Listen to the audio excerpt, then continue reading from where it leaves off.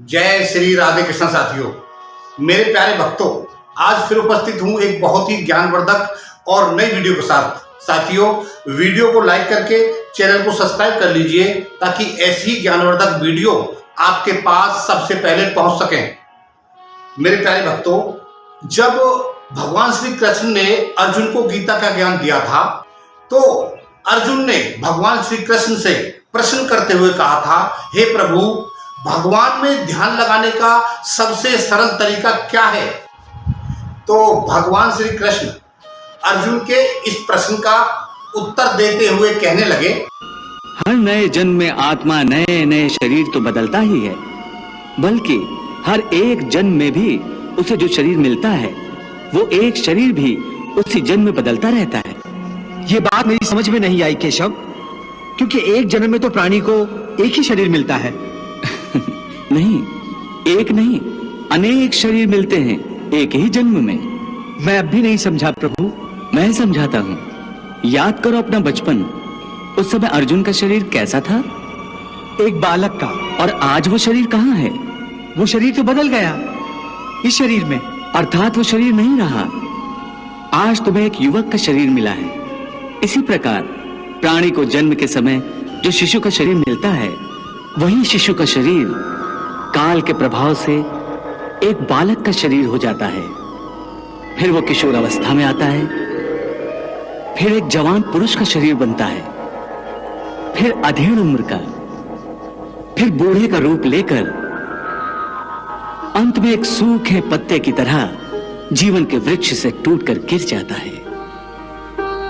इस प्रकार जो शरीर पल पल छिन छिन अपने विनाश की ओर बढ़ रहा है, उस शरीर की मृत्यु का शोक ज्ञानीजन नहीं करते। इसी रूप के लिए शास्त्र कहते हैं, कृष्णम वंदे जगद्गुरुम। फूल की भांति हमारे शरीर अपने प्रकृति के कारण जन्मते हैं, बच्चे बनते हैं, जवान होते हैं, फिर वही जवानी मुरझाने लगती है जिसे बुढ़ापा कहते हैं। और उस वृद्ध शरीर को जब आत्मा छोड़ देती है तो उस शरीर की मृत्यु हो जाती है। परंतु वो आत्मा कहां चली जाती है? शरीर के बिना आत्मा कहां और कैसे वास करती है? पुराना शरीर छोड़ने के बाद आत्मा नए शरीर में वास करती है। किसी शिशु के शरीर में चेतना रूप होकर आ जाती है। फिर वही चक्र शुरू हो जाता है। फिर वही जन्मना, रेंगना, उठकर चलना, फिर लड़खड़ाना और गिर जाना। ये सब शरीर के कौतुक हैं। इतनी बात समझ लोगे तो ना तुम्हें किसी के मरने का शोक होगा और ना तुम्हें मृत्यु का भय होगा। किसी से प्रेम करने की कोई विधि नहीं होती, परंतु पूजा करने की तो कई विधियां हैं। आपके भक्त इन्हीं विधियों के अनुसार आपकी पूजा और भक्ति करते हैं। हे अर्जुन, पूजा मन की साधना होती है और मन की साधना का विधि से क्या लेना देना? ये विधियां तो बनाने वालों ने बना दी हैं। मैं उन विधियों द्वारा पूजा करने वालों की पूजा भी स्वीकार कर लेता हूं, परंतु मैं ये नहीं देखता कि मेरा भक्त विधि अनुसार पूजा कर रहा है या नहीं। केवल पूजा करने वाले की भावना देखता हूं, उसके मन में मेरे प्रति प्रेम और भक्ति भाव है या नहीं, ये देखता हूं। जिस पूजा में विधि ही विधि हो और प्रेम तथा भक्ति ना हो, उस पूजा द्वारा कोई भी मुझे प्राप्त नहीं कर सकता।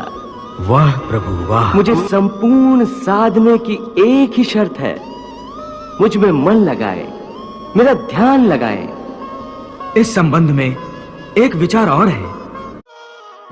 आपका ध्यान लगाते समय मन में केवल आप रहें और संसार का कोई विचार बाधा ना डाले।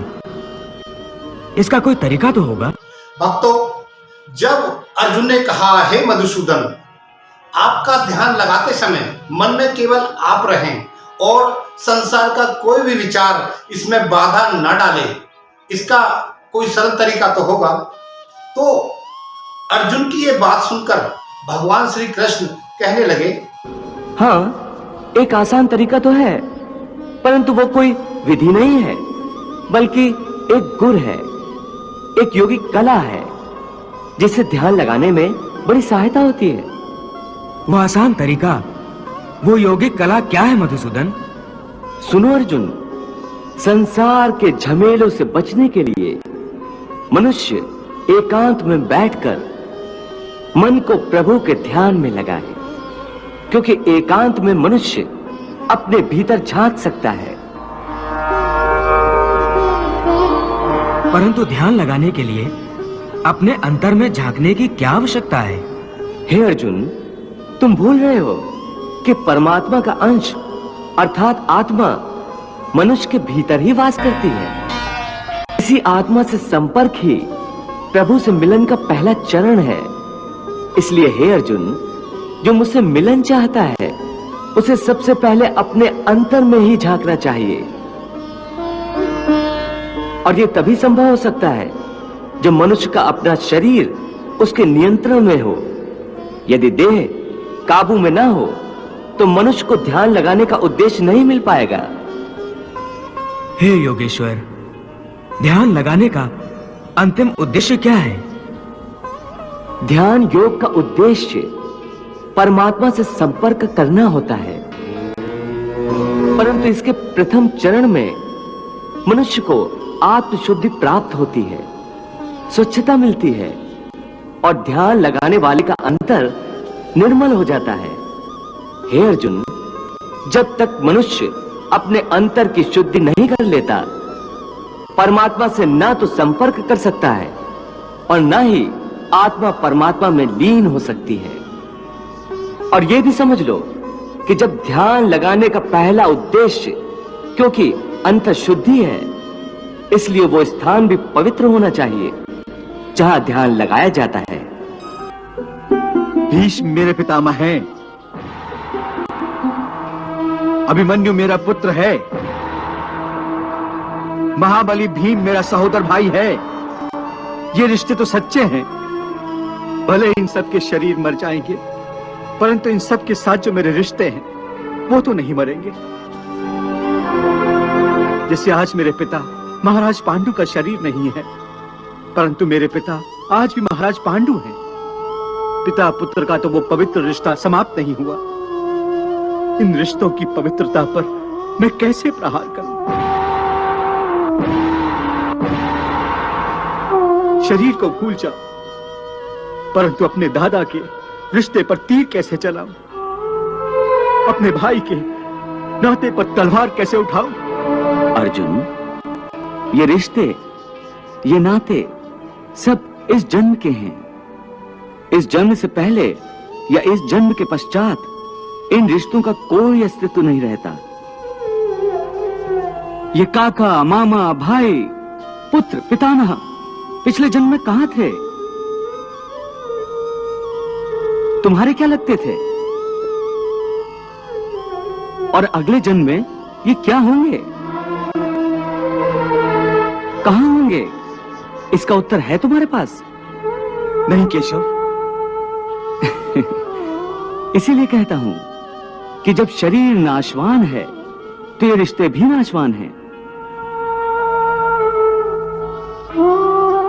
क्योंकि ये सब नाते शरीर के हैं।